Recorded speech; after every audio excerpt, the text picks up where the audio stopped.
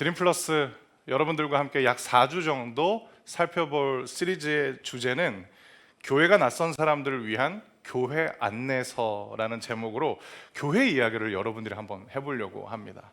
오늘은 그 첫 번째 시간으로 교회는 언제 어떻게 시작되었는가에 대해서 여러분들이 한번 이야기해 보려고 합니다. 교회 다니시는 분들도 계시고 아니면 교회는 다니지 않는데 소중한 분들의 초대를 통해서 이 자리에 오신 분들도 계실 것입니다. 근데 이제 교회의 시작에 대해서 이야기하는 건 사실 기독교의 시작에 대해서 이야기하는 것과 같습니다. 기독교 또는 교회의 시작을 살펴보기 위해서는 우리한테 두 가지 관점이 필요한데요. 첫 번째 관점은 무엇이냐면 로마 제국 사회라는 그 시대의 역사 또는 그 시대의 문화의 관점이 필요합니다. 왜냐하면 기독교 또는 교회는 주후 1세기 로마 제국 시대에서 생겨났기 때문에 로마가 바라보는 교회의 시작 또는 기독교의 시작을 보는 관점이 필요하고요. 또 하나의 관점이 필요한데 그것은 무엇이냐면 신약 성경입니다. 왜냐? 신약 성경이 총 27권으로 구성되어 있는데 모두 주후 1세기 내에 기록되어 있고 신약 성경이야말로 교회와 기독교에 대해서 가장 가까이서 기록하고 있는 역사 문서이기 때문에 교회가 무엇인지 기독교가 무엇인지 살펴보기 위해서는 로마의 시각과 그리고 1세기에 기록되어 있는 신약 성경을 함께 보는 관점이 필요합니다. 기독교는 어떻게 생겨났다고 생각하세요, 여러분들? 기독교는 나사렛 예수의 탄생으로 시작됩니다. 이게 굉장히 중요한 내용입니다. 나사렛 예수는 역사적인 실존 인물입니다. 이것이 기독교의 뿌리입니다. 나사렛 예수라고 부르는 이유는 당시 유대인들에게 있어서 예수라는 이름은 그렇게 특별하지 않았거든요. 그러니까 예수라는 동명인이 너무 많았는데 기독교의 시작을 가지고 온 이 예수라는 인물을 다른 동명이인인 유대인들과 구분하기 위해서 예수라는 존재가 유년 시절을 보냈던 나사렛이라는 그 지역명을 따서 구분해서 부르는 것입니다. 이거는 로마 시대 사람들뿐만 아니라 오늘날도 예수를 연구하는 학자들도 예수님 연구하는 학자들 중에 예수님 안 믿는 사람들도 있어요. 그냥 예수 운동이 너무 특별하기 때문에 어떻게 로마의 지배 아래에 있었던 철저한 마이너리티였던 기독교가 지금 기독교가 세계 최대의 종교잖아요. 이 독특한 사회 현상을 연구하기 위해서 나는 예수가 하나님의 아들이라는 것은 믿지 않는데 나는 나사렛 예수에 대해서 연구하는 학자들도 있거든요. 그래서 이 나사렛 예수가 교회의 시작 또는 기독교의 시작입니다. 그러면 먼저 로마 제국이 바라봤던 교회의 시작 또는 기독교의 시작은 어떠했을까에 대해서 제가 말씀드릴 텐데 참고로 교회의 시작 또는 기독교의 시작을 담고 있는 문서는 신약 성경만 존재하는 게 아닙니다. 특별히 로마에 있어서 고대 역사가 중에 유명한 3명의 역사가가 모두 기독교에 대해서 언급하고 있는 것은 꽤나 흥미롭습니다. 112년경에 플리니우스라는 사람이 기독교에 대해서 이렇게 언급을 했어요. 이들은 예수를 마치 신처럼 숭배하는 집단이다. 이게 이제 112년경에 교회 또는 기독교에 대해서 최초로 기록한 로마의 문헌이었고요. 그 다음에 타키투스라는 사람이 있었는데 그 사람은 이제 115년경에 기독교에 대해서 언급을 해요. 네로 황제, 폭군으로 알려져 있죠. 그 네로가 로마 시내에 대형 화재가 일어났을 때 힘은 없었지만 꽤나 다수의 세력을 형성했던 그리스도인들에게 죄를 뒤집어 씌웠다. 그게 115년경에 타키투스라는 사람이 썼던 기독교에 대한 내용이었고요. 그 다음에 120년경에 수에토니우스라는 또 역사가가 있었는데 그 사람은 뭐라고 이야기하냐면 이 나사렛 예수에 대한 또 다른 칭호가 있었는데 크리스토스, 즉 그리스도다. 구약에 나와 있는 여호와라는 하나님이 기름을 부었다라는 의미의 크리스토스다라는 언급이 120년경에 있습니다. 그러니까 정리를 해보면 이렇습니다. 로마가 봤을 때 기독교는 어떤 역사적인 베이스가 있었냐면 이 나사렛 예수는 티베리우스 통치기에 이 세상에 태어났다라는 것이 로마 역사의 기록이에요. 신약 성경 기록이랑 일치하고요. 그 다음에 이 나사렛 예수는 일종의 운동을 일으켰는데 폰티우스 필라투스라는 유대 땅을 다스리고 있었던 로마의 정치인으로부터 십자가형이라는 사형 선고를 받았다라는 것도 로마 역사에 나와 있어요. 그리고 그 연대가 30에서 33년경 사이다. 이걸 통해서 우리가 알 수 있는 것은 무엇이냐면 신약 성경이 이야기하고 있는 예수의 역사적 정황과 로마가 기록하고 있는 예수의 역사 연대가 일치한다라는 것을 확인할 수 있는 거고요. 두 번째로 또 기독교에 대해서 로마가 썼던 이 역사를 정리해 보자면 이런 겁니다. 로마 제국 내 기독교는 꽤나 빠른 시간 동안에 급속하게 세력이 커졌으나 그들은 사회적 지위는 높지 않았다. 그래서 네로 황제가 로마에 대형 화재가 일어났을 때 기독교인들한테 누명을 씌웠던 이유는 그들에게는 권력의 힘이 없었기 때문이다. 이게 이제 기독교의 또 하나의 특징이고요. 세 번째는 나사렛 예수를 신처럼 예배하는 그리스도인들은, 즉 기독교인들은 로마 황제 숭배를 거부했다. 이게 이제 초기 로마 역사가 언급하고 있는 기독교의 특징인 것입니다. 그러면 이 로마의 역사에서 봤을 때, 로마 제국 사회가 봤을 때 기독교는 어떤 모습이었을까? 세속 역사가들이 쓴 기록들을 보면 기독교에 대해서 이렇게 썼어요. 기괴하고 낯선 집단들이다. 그 이유에 대해서 제가 설명해 드릴게요. 기독교는 왜 기괴하고 낯설었냐면 로마한테 있어서 정치, 군사 못지않게 중요한 게 종교였습니다. 로마한테 종교는 어떤 것이냐면 제국 사회의 안녕을 기원하기 위해서 필수적인 게 종교였어요. 그래서 종교 활동에 참여하지 않으면 로마의 입장에서는 저 인간들은 우리 사회의 안녕에 대해서 별 관심이 없구나라고 그렇게 규정해도 될 만큼 로마에게 있어서 종교는 굉장히 중요했습니다. 그러면 로마 종교의 특징은 무엇이었는가? 일단 큰 성전이 있어야 됩니다. 그게 그 종교가 권위 있다는 것을 보여주는 척도였습니다. 물리적인 공간이 웅장하고 화려하거나 아니면 꽤나 오랜 역사를 버텨온 검증의 절차가 있어야 됐습니다. 그러니까 건물이 있어야 됐고요. 두 번째로 제단이 존재해야 됩니다. 피의 제사를 드렸어요. 동물을 죽이거나 심지어 인신 제사라고 하겠죠.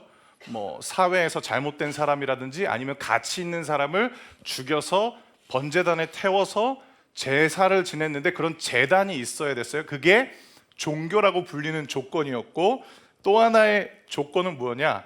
희생제사. 그 제단을 통하여서 희생제사가 있어야지만 종교였던 것이고 마지막 네 번째 로마 종교가 이게 바로 종교지라고 권위를 부여준 것은 무엇이냐면 사제들이 있어야 됩니다. 그럼 사제들은 어떤 일을 하느냐? 저처럼 이런 강연 같은 걸 하는 게 아니고요. 그 종교 행사들을 아주 일사불란하게 집례할 수 있는 전문가 집단. 이게 사제였어요. 그런데 기독교는 어떠했느냐? 아니 이것들은 아무것도 없는 거예요. 기독교의 첫 번째 특징, 로마의 역사가 본 거예요. 그들은 노래하는 걸 되게 좋아했대요. 그래서 우리도 노래 많이 불렀잖아요. 1세기 때부터 그랬어요. 예수를 노래했어요. 두 번째 특징, 기도했어요. 십자가형에 처형당한 예수의 이름으로 그들은 모여서 기도했다라는 것. 그러니까 그들한테는 제단도 중요하지 않았고 성전도 중요했던 것이 아니라 예수를 노래하고 예수의 이름으로 함께 모여서 기도하는 게 중요하니까 로마가 볼 때는 저건 종교가 아닌데 기괴하고 낯선 집단들. 또 하나, 로마의 역사가들은 기독교인들이 병적으로 집착했던 게 있다라고 기록했는데 그게 뭐냐? 성경 읽기였습니다. 이게 굉장히 충격적이었어요. 왜냐하면 로마 종교는 세레머니가 핵심입니다. 예식이 핵심입니다. 그런데 쟤네들은 모이면 노래 부르고 기도하고 글을 읽을 줄 아는 사람이 나오면 성경을 가지고 계속 무언가를 이야기하다 보니까 기괴하고 낯설었다라는 것. 근데 여러분, 우리가 지금 하고 있는 거잖아요. 그러니까 오늘날 우리가 교회에서 모여서 예배드리고 있는 이 모든 형태는 1세기 때 대부분 정해져 있다라는 것이 로마 역사를 통해서도 우리가 알 수 있는 내용인 거죠. 자, 그러면 정리를 한번 해볼게요. 로마가 바라본 교회의 초기 모습, 기독교의 초기 모습, 첫 번째 특징. 로마 종교는 예식을 강조했는데 이들은 경전 중심의 종교라는 겁니다. 텍스트. 우리의 텍스트는 성경이잖아요. 그러니까 글 중심의 종교였다라는 것. 여러분, 제가 목사라서 드리는 말씀이 아니라 팩트를 말씀드릴게요. 제미나이나 챗GPT 찾아보셔도 돼요. 지금까지 제일 많이 팔린 책이 뭘까요? 압도적입니다. 압도적이에요. 2위인 책들도 여러분 한번 찾아보세요. 제가 예배 시간에 굳이 언급은 안 할게요. 2위인 책은 2위로 많이 팔린 책은 한 11억 부? 그 정도 팔렸고, 성경은 50억에서 70억 부로 환산하는데 그 이유가 2024년부터 미국에서 지금 성경이 이북으로 더 불티나게 팔리고 있어가지고 누구는 50억 부로 봐야 된다, 누구는 70억 부로 봐야 된다라고 이야기를 하는 거죠. 그때도 지금도 기독교는 경전 중심의 종교, 텍스트 중심의 종교였다라는 거. 그 다음에 두 번째 특징은 무엇이냐면, 기독교인들은 로마의 수많은 신에 대한 숭배를 거부하고 예수만을 예배했다라는 거. 이것 때문에 기독교 싫어하는 분들도 계시죠. 근데 어쩔 수 없어요. 이게 기독교예요. 그러니까 유일신 사상이 확고했던 거죠. 예수가 큐리오스, 즉 주님이시다라는 것입니다. 로마가 의도적으로, 로마는 제국 사회를 형성했잖아요. 그러다 보니까 로마의 통제를 따르면은 니네 나라 종교도 우리가 인정해 줄게, 로마의 지배를 따르면 니네 나라 신상도 인정해 줄게. 그래서 이 세상에 존재하는 모든 신상을 가지고 온 것이 판테온이라는 만신전이었습니다. 이 세상에 존재하는 모든 신들을 가지고 온 신상, 판테온. 어떤 아파트 이름도 판테온이던데 다시 설교할게요. 근데 기독교인들은 그 판테온을 가지 않았어요. 그러니까 로마 사람들이 바라봤을 때 기독교인들의 별명은 무엇이었느냐? 무신론자였어요. 그래서 기독교인들을 미워했죠. 로마 제국사회의 안녕에는 관심이 없는 사람들, 무신론자들. 그리고 그들은 성전에 모이지 않고 가정집에 모여가지고 예수를 노래하고 예수의 이름으로 기도하고 저들이 말하는 거룩한 책이라고 하는 성경만 이야기하는 사람들. 세 번째, 기독교인들은 로마의 종교를 거부하고 예수만을 예배했지만 여기서부터 이제 로마가 헷갈리기 시작합니다. 그들은 로마 제국 사회에서 선량한 시민이 되기 위해 노력했다라는 것입니다. 1세기 때부터 그리스도인들이 탈세를 하지 않으려고 노력했어요. 국가의 올바른 조세 제도에 그들은 순응하는 걸 넘어서 적극적으로 동참합니다. 왜 그랬을까? 제가 로마서 말씀을 읽어드릴게요. 로마서 13장 1절부터 7절 말씀인데요, 로마서 13장 1절부터 7절인데 이 모든 내용을 읽어드리기보다는 제가 필요한 부분들만 여러분들에게 읽어드릴게요. 이게 1세기 때부터 교회, 즉 예수 공동체 사람들이 함께 공유했던 삶의 모습인데, 1절을 제가 읽어드릴게요. 누구든지 국가의 권세 잡은 사람들에게 복종하십시오. 이거 명령어입니다. 복종하라 라는 겁니다. 여기서 말하는 국가는 로마입니다. 그리고 권세 잡은 사람들은 누구냐? 로마가 세운 공무원들, 지배층들, 그들의 권세에 복종하라 라고 명령하고요. 그 다음에 2절 바로 띄워주시겠어요? 그러므로 그 권세를 거스르는 것은 권세를 세우신 하나님을 거스르는 것과 같다라고 이야기를 하는 것입니다. 그러니까 하나님께서 모든 것을 다스리고 계시니까 아무리 로마가 세운 관리라고 할지라도 하나님의 손길이 안 닿았을 리가 없다. 그러니 저 관리들이 이야기하는 것을 너희는 지켜야 된다. 그 다음에 4절로 바로 한번 가보실까요? 4절. 자, 그러면 로마의 권세자들, 권력자들을 기독교인들은 어떻게 바라봐야 되는지 성경이 말해주냐면 4절, 통치자는 여러분에게 유익을 주기 위해 일하는 하나님의 일꾼이다 라고까지 이야기를 하는 거죠. 그 다음에 5절, 그러므로 권세에 복종하라, 이것도 명령어고요. 단지 벌 받을 것이 두려워서가 아니라 양심 때문에 복종해야 된다라는, 이건 무슨 뜻이냐면 그리스도인이라면 마땅히 사회 질서를 따라야 한다라는 것입니다. 그 다음에 7절, 모든 사람에게 해야 할 의무를 다하라, 이것도 명령어고, 국세를 바쳐야 할 사람에게는 국세를 바치고 관세를 바쳐야 할 사람에게는 관세를 바치라. 이때 당시에도 무역이 있었거든요. 정당하게 사업하고 정당하게 거래하라라는 것이고, 두려워해야 할 사람은 두려워하고 존경해야 할 사람은 존경하라. 그러니까 기독교인들은 만신전 판테온에는 오진 않는데 로마 제국 사회가 인정했던 사회법을 적극적으로 지켰다. 이게 로마가 기억하는 초기 교회의 모습입니다. 네 번째, 기독교인들은 자신들의 궁극적인 주인을 예수 한 분으로 삼습니다. 근데 여기서 끝나지 않고 로마 제국이 세운 계급사회의 질서를 초월하는 공동체를 이루었다는데, 이건 한마디로 뭐냐면 예수님 안에서 한 가족이 되었다라는 겁니다. 교회 안 다니시는 분들은 가끔 저한테 이런 얘기 하시더라고요. 야, 목사님, 저한테는 형제님, 자매님 이런 얘기 하지 마세요. 오글거려요. 막 이런 얘기 하세요. 그 기원이 뭐냐면 교회의 시작 때문입니다. 거기에 해당되는 성경 말씀을 제가 또 읽어드릴게요. 갈라디아서 3장 26절부터 29절 말씀인데, 한마디로 예수를 믿는 믿음 안에서 교회는 형제와 자매라 부르는 가족을 형성했다라는 내용인데, 제가 읽어드릴게요. 여러분은 그리스도 예수를 믿는 믿음을 통해 하나님의 자녀가 되었습니다. 그러니까 교회는 궁극적인 하나의 정체성으로 모인 집단이 되는 것입니다. 너도 나도 하나님의 자녀.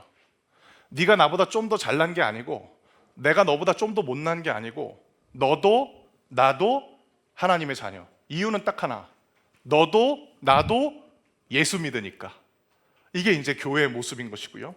27절, 여러분은 모두 세례를 받아 그리스도와 연합하였으며 그리스도로 옷을 삼아 입었다. 그러니까 예수를 본받아야 되고 예수를 따라야 된다는 거. 28절, 그리스도 안에서는 유대인, 그리스인, 종, 자유인, 이거 의도적으로 로마가 다 구분하는 계층 집단을 이야기를 해주는 겁니다. 남자, 여자 차별이 없다. 1세기 로마 제국 사회에서는 여성은 인권이 없었잖아요. 인구 스카우트에서도 배제됐잖아요. 그런데 아니다. 남자, 여자 차별이 없다. 그리고 한 번 더 언급하죠. 28절에 여러분은 그리스도 예수 안에서 모두 하나이다.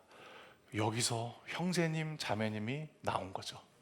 그 다음에 29절 말씀, 여러분은 그리스도에게 속한 사람입니다.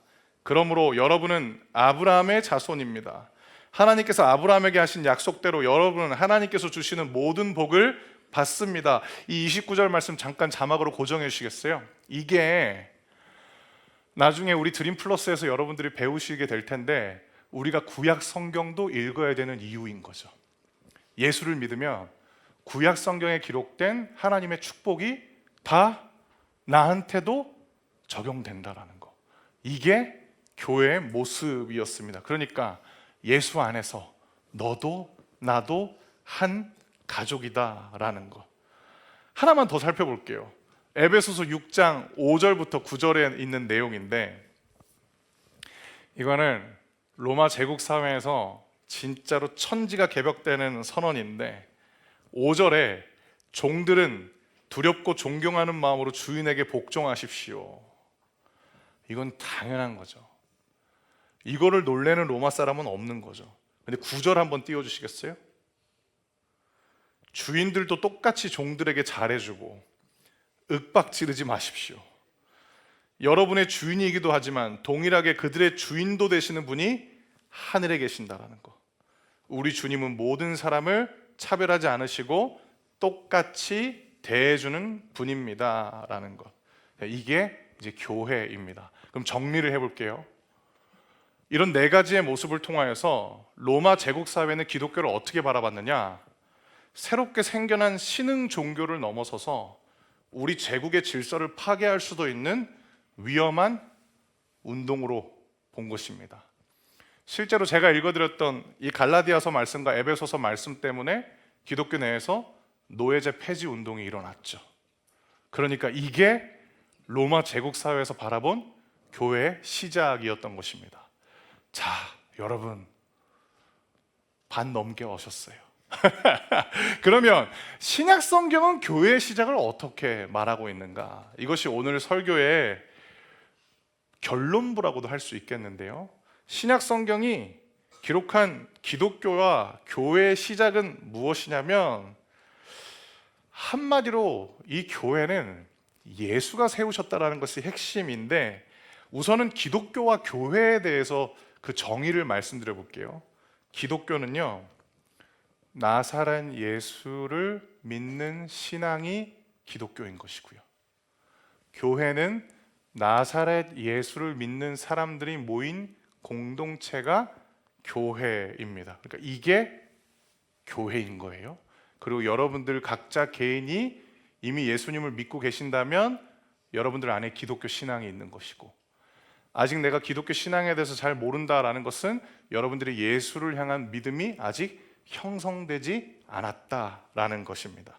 자, 그러면 성경이 말하는 교회의 시작에 대해서 제가 읽어드릴 텐데 마태복음 16장 15절부터 19절 말씀 제가 읽어드리도록 하겠습니다. 마태복음 16장 15절부터 19절 말씀인데요, 예수님께서 제자들에게 물으셨습니다. 그러면 너희는 나를 누구라고 하느냐라는 이 말씀인데, 이 앞전에 제자들을 통하여서 예수님께서 세간의 예수님에 대해서 이야기하는 소문들에 대해서 이야기를 듣고 그 다음에 예수님께서는 정말로 궁금하셨던 걸 물어보시는 거죠. 그러면 너희는 3년 동안 가장 내 가까이에서 있었던 너희는 나를 누구라고 하느냐?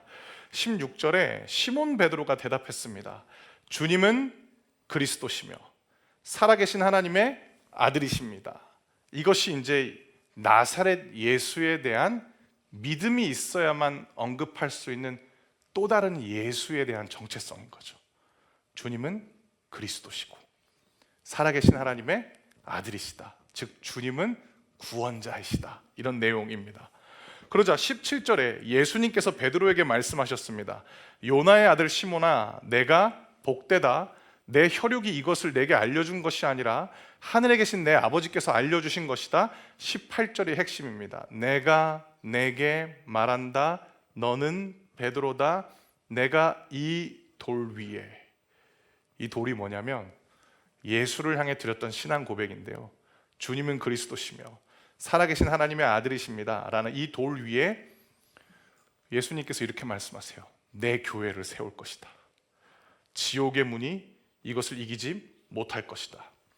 내가 내게 하늘나라의 열쇠를 줄 것이다. 무엇이든지 내가 땅에서 잠그면 하늘에서도 잠겨 있을 것이요, 무엇이든지 내가 땅에서 열면 하늘에서도 열려 있을 것이다 라고 말씀하신 것이 신약 성경이 우리에게 가르쳐주는 교회의 시작입니다.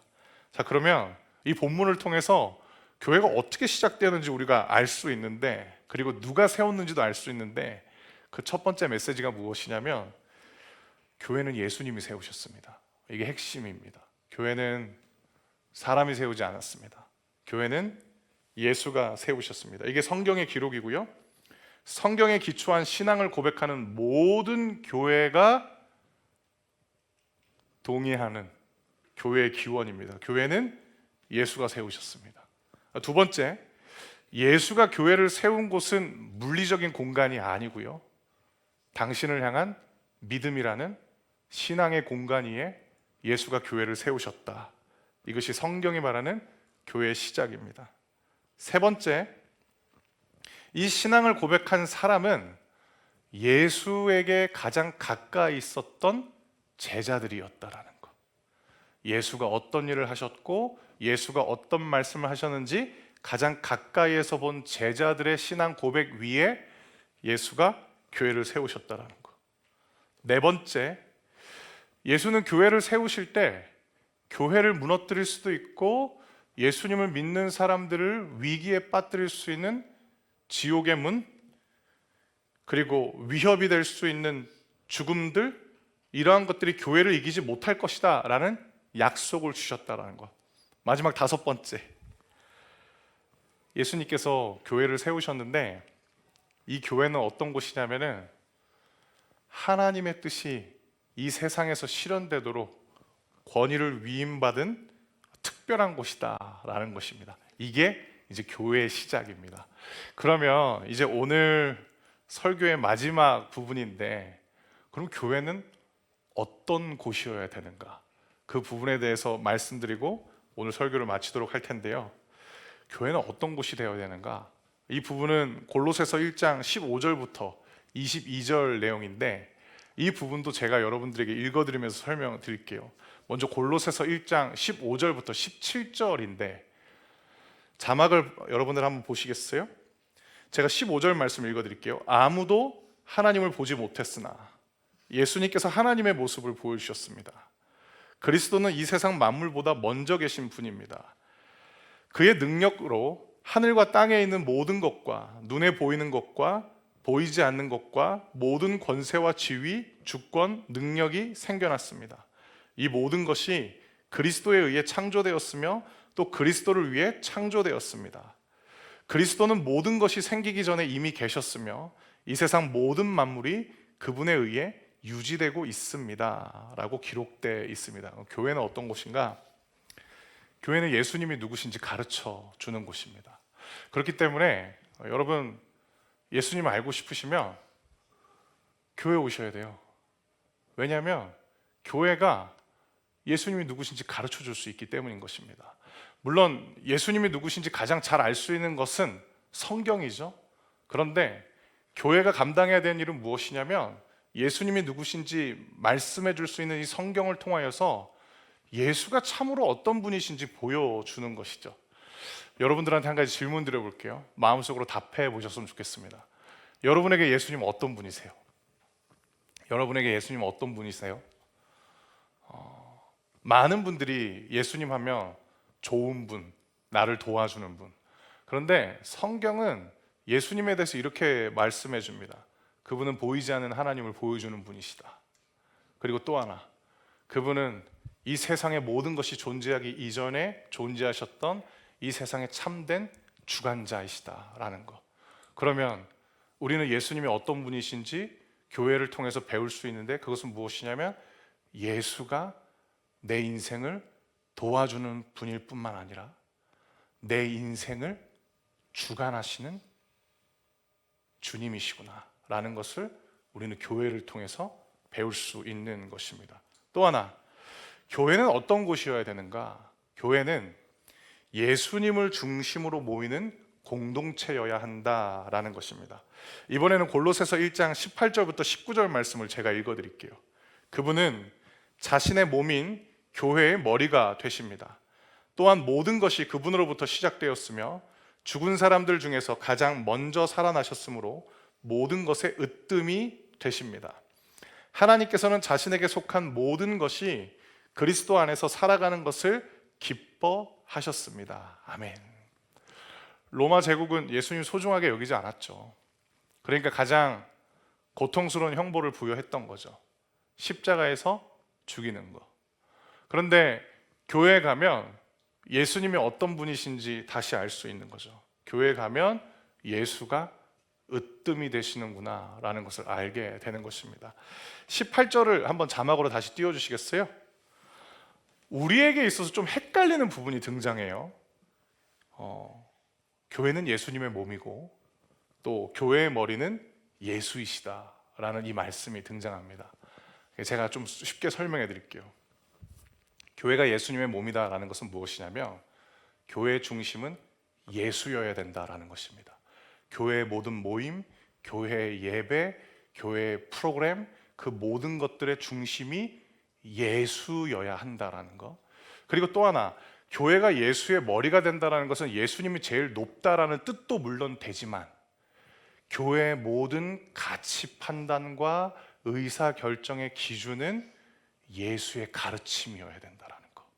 그리고 교회가 끊임없이 질문해야 되는 질문은 무엇이냐면 예수님이라면 어떻게 하실까? 무엇이 예수님이 기뻐하시는 것일까?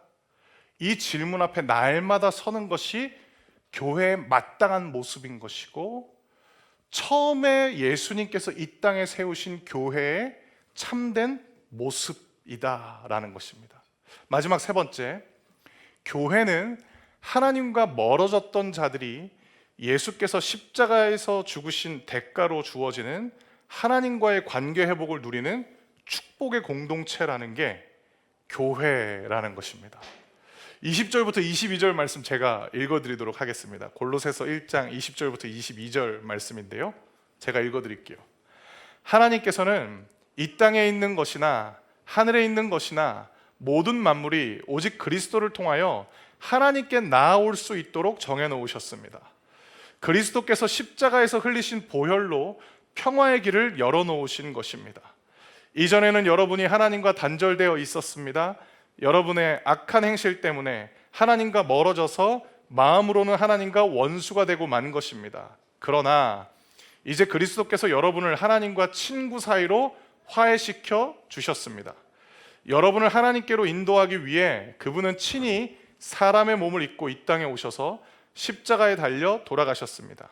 그분은 여러분을 아무 흠없고 죄 없는 자로 만들어 하나님 앞에 세워 주셨습니다 라는 이 말씀, 단편적으로 보면 예수는 왜 죽었느냐? 유대 종교 지도자들한테 찍혀서 죽은 거예요. 그리고 예수는 왜 죽으셨느냐? 당시에 유대 지역을 다스리고 있었던 로마의 고위 관료였던 폰티오스 필라투스가 너 십자가형 이래서 죽은 거죠.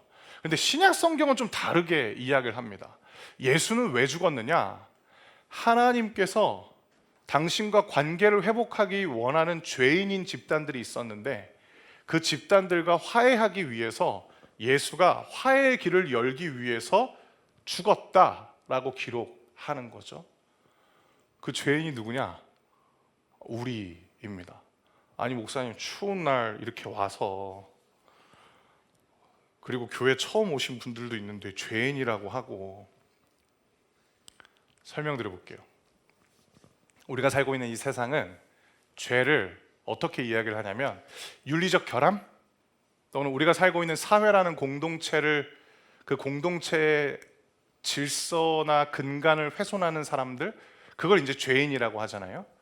근데 성경은 그것도 죄인이라고 말하지만 성경이 말하는 죄에 대한 근본적 성격이 있습니다. 그게 무엇이냐? 하나님과 단절되어 있는 사람들 또는 상태를 죄라고 말합니다. 그러면 하나님과 단절되어 있는 것이 왜 성경은 죄라고 말하느냐? 하나님이 선이어서요. 하나님이 정의여서요. 하나님이 복의 근원이어서요. 그런데 그런 하나님과 점점점 멀어지다 못해 단절된 상태가 죄인이라는 거죠. 그런데 하나님께서는 그 단절된 상태를 원하지 않으셨습니다. 이유는 딱 하나, 사랑하시기 때문에. 그래서 하나님께서 예수의 죽음을 허락하신 것입니다. 그리고 그 예수의 죽음이 하나님께서 우리에게 열어놓으신 화해의 길이라는 것입니다. 이 선포와 약속이 복음인데, 그 예수의 죽음이 하나님이 나를 살리시기 위해서 나에게 주신 화해의 길이다라고 믿으면 어떤 일이 일어나느냐? 하나님이 친구가 되어주시겠대요. 그런데 그걸 누릴 수 있는 곳이 교회라는 것입니다. 제 이야기를 나누고 오늘 설교를 마치려고 하는데요, 여러분들은 여러분의 일 잘하고 계세요? 약간 좀 속된 표현일 수 있는데 여러분 잘 나가세요? 저는 그러지 못했어요. 지금도 그러지 못한 것 같아요. 근데 제가 이제 신학교를 갔는데 너무 괜찮은 친구들이 많더라고요. 제가 중학교 1학년 때부터 꿈이 목사여가지고 신학교를 갔는데 못 따라가겠는 거예요, 그 친구들을. 근데 그 친구들도 저한테 되게 진지하게 이렇게 물어보는 거예요. 너 여기 왜 왔냐라는 거예요. 그러니까 그 친구들이 보기에도 제가 신학교 수업을 잘 못 따라가고 있었고, 제가 저를 보기에도 쉽지 않은 거예요. 근데 제가 내릴 수 있는 선택은 두 가지였습니다. 첫째, 내가 중학교 때부터 꿈은 목사였지만 이거 포기하는 거. 둘째, 하나님한테 한번 도와달라고 기도해 봐야겠다.